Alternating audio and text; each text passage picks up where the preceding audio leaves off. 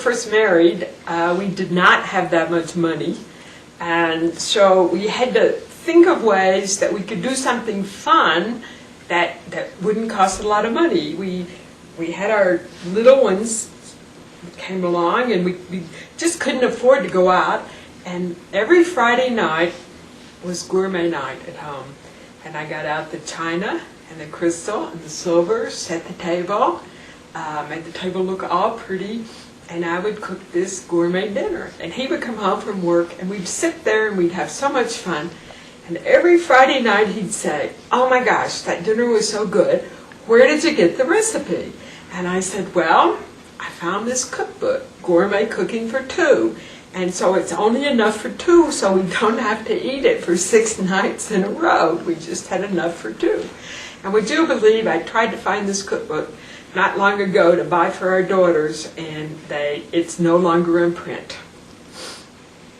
But those were fun nights.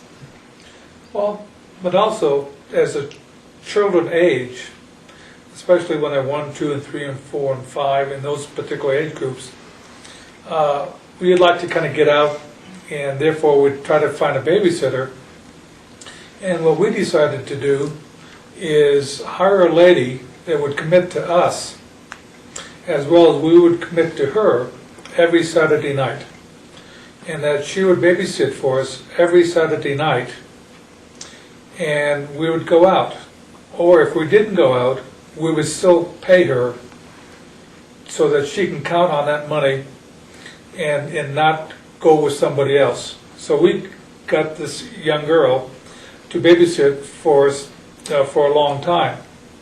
And we put that in the budget to make it happen. But that was $1 an hour back then, not $5 or $6 or whatever like it is now. But also, part of the babysitting routine is after we paid the babysitter, we didn't have any money. So it was up to us, and we took turns each week to figure out what we could do, go out, and do it very cheaply. And at the time we were living in Washington, D.C., so one of the ideas is that we'd go out to Dulles Airport, or we'd go down to National, which is now Reagan Airport, and we'd get to the end of the runway and watch airplanes land and take off. And then we may have some cold beer in the back seat or something like that for just refreshment. But it was just something that it wouldn't cost us very much, and it kind of entertained us. Or one evening, or in fact several times, there was a lot of auctions going out in the evenings. They're from like about 5 to 8 or something like that. And they would be selling like an estate, or be a business that closed that had some equipment or whatever. And we would go to an auction. And we'd never been to an auction before. But one thing Richard did tell me, he said, "Now when you get there, keep your hands down. Do not raise your hands." Yeah, but the whole point was that we just try to do something very inexpensively, because we had the babysitter committed, and we were also committed to the babysitter. And that was important, so she can kind of count on it. If the babysitter couldn't make it, she would give us at least 2 or 3 weeks notice, and we would kind of work around it. But those ideas that you can kind of do today.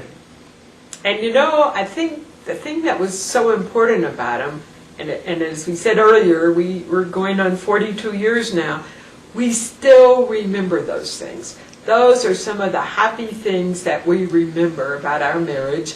And it didn't we didn't have the money. So you can really have fun without spending a lot of money.